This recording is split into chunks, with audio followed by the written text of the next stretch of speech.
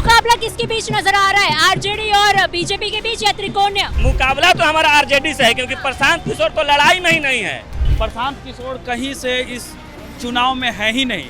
अब प्रशांत किशोर जी ना यहाँ के वोटर हैं, ना बांकीपुर में इससे पहले कभी देखे गए हैं। यहाँ प्रॉपर बांकीपुर यहीं के लोगों को वोट देगी। अब ना तो प्रशांत किशोर यहाँ का है, रेखा गुप्ता जी को देगी नहीं, क्योंकि यहाँ पर पूर्व के देखा है लोग हालात क्या था पटना का।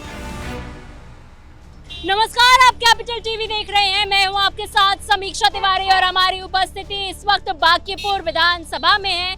यहाँ हम जनता के बीच आए हैं, लोगों से बात करने की कोशिश करेंगे, जानेंगे कि इनके मन में आखिर क्या चल रहा है उपचुनाव को लेकर, किसे मौका देने की तैयारी में यहाँ की जनता, क्या ये एक बार फिर से भाजपा की वापसी करवाना चाहते हैं या फिर जो दूसरी पार्टियां मैदान में कूद पड़ी हैं उनको एक बार मौका देने की सोच रहे हैं। जानेंगे कि आखिर मंतव्य क्या है लोगों का। तरीके से बांकीपुर में इस वक्त प्रशांत किशोर लगातार हुंकार भर रहे हैं, बीजेपी को चैलेंज कर रहे हैं, तो क्या कुछ कर पाएंगे? कुछ भी नहीं कर पाएंगे। इनकी जैसी टीम है ना, वो कुछ भी नहीं कर। इनके आप देखिए केसी सिन्हा जैसे लोग भी पार्टी छोड़ के चले गए। मैं भी पढ़ी लिखी हूँ, मेरा नाम डॉक्टर बी भारानी, मैं असिस्टेंट प्रोफेसर हूँ।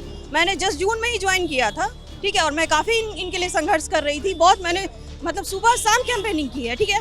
बट आज पार्टी ऑफिस से इनके कार्यालय खुला हुआ है, वहाँ से मुझे इनके जेएसपीटी की जो श्रेयसी है और बाकी और मेंबर्स ने सबने मिल के बेइज्जती करके मुझे निकाला है। इनके पास शिक्षा की कद्र नहीं है। मैंने सोचा था कि शिक्षा की कद्र होगी, इसीलिए मैं आई थी इस पार्टी। ये तो बड़ी बड़ी बातें करते हैं कि हम शिक्षित हैं, हम शिक्षा का मुद्दा लेकर आए, हम जात पात की राजनीति नहीं करते हैं। सिर्फ बड़ी बातें करने से नहीं होता है ना, आप उसको ग्राउंड लेवल पे उतारेंगे तब ना। आप कैसे उम्मीद कर सकते हैं? ये तो खुद कॉर्पोरेट सेक्टर के आदमी है, तो कहाँ से समझेंगे जनता की प्रॉब्लम्स को? कैसे समझेंगे? वो ग्राउंड लेवल पे ऐसे घूम के चले तब तो पता चलेगा ना प्रॉब्लम।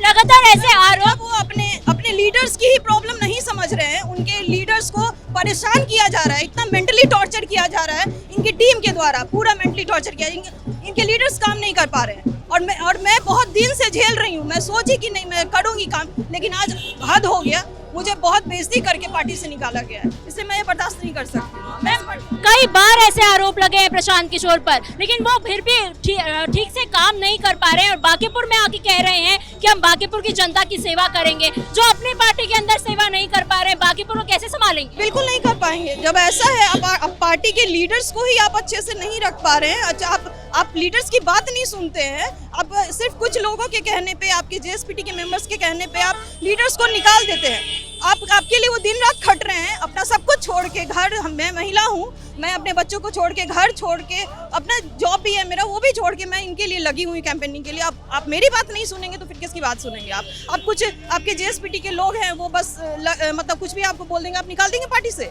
ये क्या मीनिंग है? क्रिटिसिज्म के लिए तैयार नहीं है? नहीं, बिल्कुल नहीं।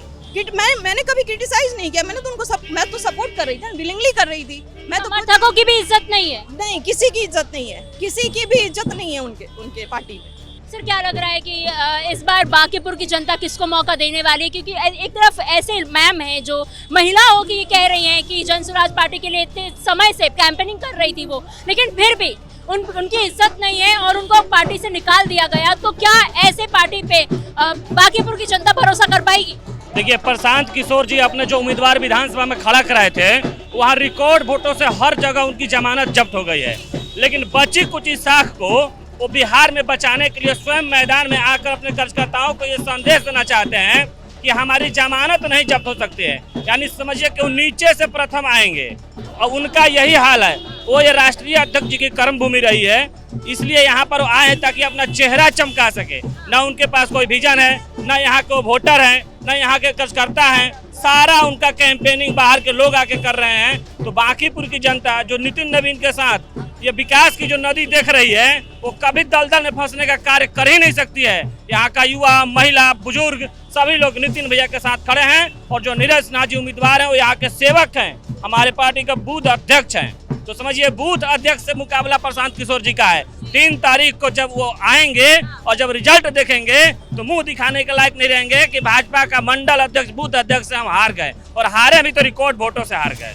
मुकाबला किसके बीच नजर आ रहा है, आरजेडी और बीजेपी के बीच या त्रिकोणीय? देखिए, मुकाबला तो हमारा आरजेडी से है, क्योंकि प्रशांत किशोर तो लड़ाई में ही नहीं है। हम क्या बताएं कि अपनी बची कुछ शाख को बचाने के लिए राष्ट्रीय अध्यक्ष जी के बस कर्मभूमि पर खड़े हैं ताकि लोग हमें जान जाएं, और बाकी वो लड़ाई में नहीं है। हमारी लड़ाई आरजेडी से है और हम रिकॉर्ड वोटों से पहले से भी ज्यादा अंतराल से जीतने जा रहे हैं।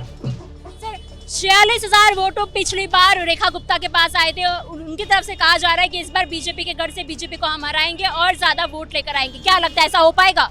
नहीं, ऐसा नहीं हो पाएगा। राजद जो पार्टी है, यहाँ हम लोग नवीन भैया के जो पापा थे नवीन किशोर, वो मेरे यहाँ आते थे और हम लोग उनका कैडर वोटर है। यहाँ कैडर वोट उनका कभी यहाँ से जाने वाला नहीं है बांकीपुर विधानसभा से। और ये नवीन भैया के विकास जो किया हुआ है यहाँ पर, उनका कोई भी कार्यकर्ता यहाँ खड़ा होगा वो जीत कर करके आएगा यहाँ से, ये मेरा वादा है। प्रशांत किशोर कहीं से इस चुनाव में है ही नहीं।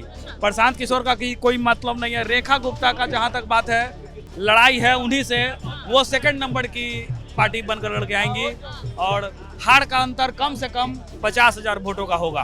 50,000 वोटों का अंतर होगा। अच्छा, नीरज सिन्हा पर कितना भरोसा है, क्योंकि युवा चेहरा है और आम कार्यकर्ता है, तो क्या लग रहा है नितिन नवीन से ये जो नीरज सिन्हा तक का सफर है, ये कैसा रहेगा बांकीपुर की जनता के लिए? देखिए, ये जो पटना अपना जो लोकसभा क्षेत्र है, पाटलिपुत्र और पटना साहिब, यहाँ पर का जो भी कार्यकर्ता है, चाहे वो अरुण सिन्हा रहे, चाहे कोई भी रहे, चाहे संजीव चौरसिया रहे, ये हम लोग शीर्ष नेतृत्व के अंतर्गत काम करते हैं। शीर्ष नेतृत्व जैसा हम लोग को आदेश देता है। आज विकास की नदियाँ बढ़ रही है यहाँ पटना के अंदर, चाहे पूरा बिहार के अंदर, तो वो विकास कभी रुकने वाला नहीं है। वो विकास हमेशा आगे बढ़ेगा।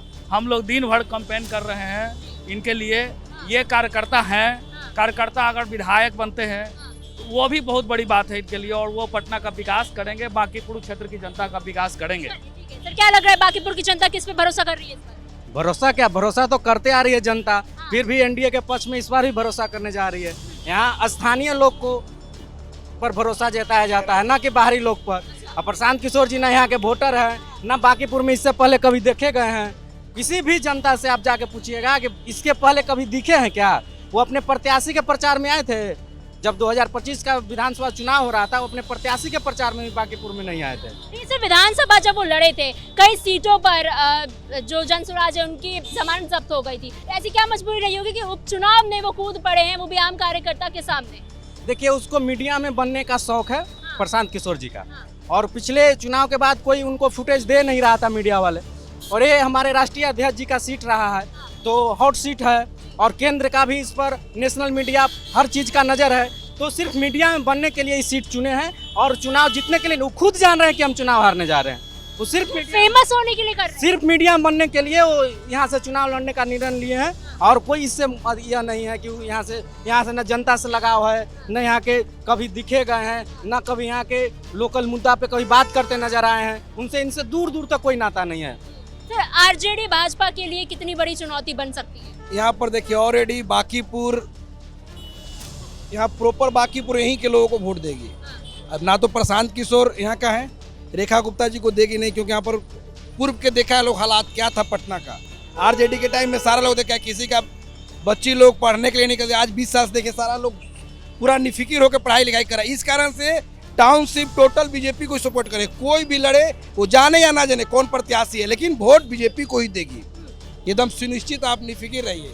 लेकिन उनकी तरफ से ये कहा जा रहा है कि 46,000 वोट पिछली बार भी मिले थे, दूसरे नंबर पर थे, इस बार और ज्यादा बढ़ेगा और पहले नंबर पर आएंगे। ठीक है, 2-4 हजार बढ़ोगे तो वो तो 50,000 से जीते हुए हैं, जीत तो होगी नहीं। और प्रशांत किशोर यहाँ पर आया हुआ है वोट काटने के लिए, उससे भी किसी को कुछ। विधानसभा में भी उनको वोट कटवाई कहा गया। कटवाई है, अभी वोट कटवे हैं। वो सिर्फ फेसबुक और यूट्यूब पर उनको फॉलोवर लोग है, धरातल फॉलोवर नहीं है।